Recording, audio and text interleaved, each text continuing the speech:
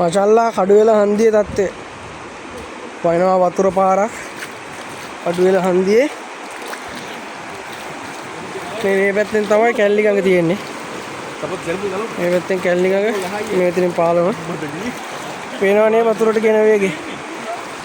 මේ උදේ තිබුණ නෑ. දැන් පැයකට කහමාරකට කලින් මෙච්චර මෙහෙම වතුර එන්නේ නෑ. දැන් තමයි ඉන්න ගත්තේ. කඩුවෙල හන්දියේ වන්න කෙනෙක්ට හරියටම හිතා ගන්න පුළුවන් වතුර මට්ටමේ තරම කොහොමද කියලා. හරිද? මේ පේන්නේ ගඟ.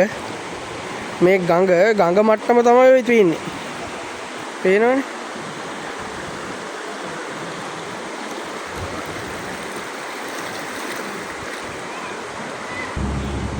මේ බණ්ඩාරවත්ත පාලම. ඒ කියන්නේ කඩුවෙලින් බියගම පැත්තට යනකොට තියෙන්නේ.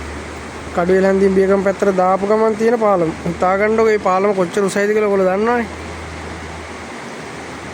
වෙනවනේ වතුර මට්ටම.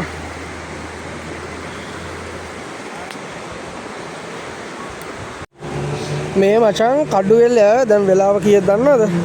හවස 3:50යි 4ට 10යි වෙලාව 4ට 10ක් වෙනකොට කඩුවෙල තත්ත්වය. හරිද? දැන් මාළඹේ මේ පැත්තේ ඉන්න කට්ටිය මචං ඇත්තටම සෑහෙන පරිස්සම් වෙන්න වෙනවා අපිට. දැන් මේ ඇවිල්ලා ගඟේ මට්ටම පේනවනේ. දැන් මම මේ ඉන්නේ මෙතන අර එලිමාන රංග පීඨේ. හරිද? පේනවනේ අරහෙන් එන වතුර කඳ. ඉගෙන තනිකර ඔය මේ ඔයාලට මේ පේන්නේ කැලණි ගඟ. හරිද? එතකොට දැන් මේන වතුර ප්‍රමාණය පේනවනේ කොච්චර එනවද කියලා.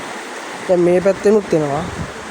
අන්න අර පැත්තෙනුත් එහෙනුත් වතුර එනවා. ඒ කියන්නේ සෑහෙන්න වේගෙන් වතුර එනවා. පේනවද? එතකොට මේ ආවට පස්සේ මේ ඇවිල්ලා කඩුවෙල හන්දියනේ. කඩුවෙල හන්දිය සාමාන්‍යයෙන් වලක් වගේනේ තියෙන්නේ. වටේම පාරවල් ටික උසයිනේ. ඒතර කඩුවෙල හන්දිය තව ටිකක් කියලා යනකොට සම්පූර්ණයෙන්ම යට වෙනවා. ඉතින් හැමෝලම පරිස්සම් වෙන්න මචල්ලා. මේ වෙනකොට චන්ද්‍රිකා කුමාරතුංග මාවත මාළඹේ පාර මාළඹේ ටවුන් එක කිට්ටු වෙන ගම්ම සම්පූර්ණයෙන්ම යට වෙලා තියෙනවා. ඒවා ජීවිතේට එහෙ තරම් යට වෙච්ච තැන් නෙවෙයි. එන්නම් හැමෝලම පරිස්සමෙන් මචල්ලා.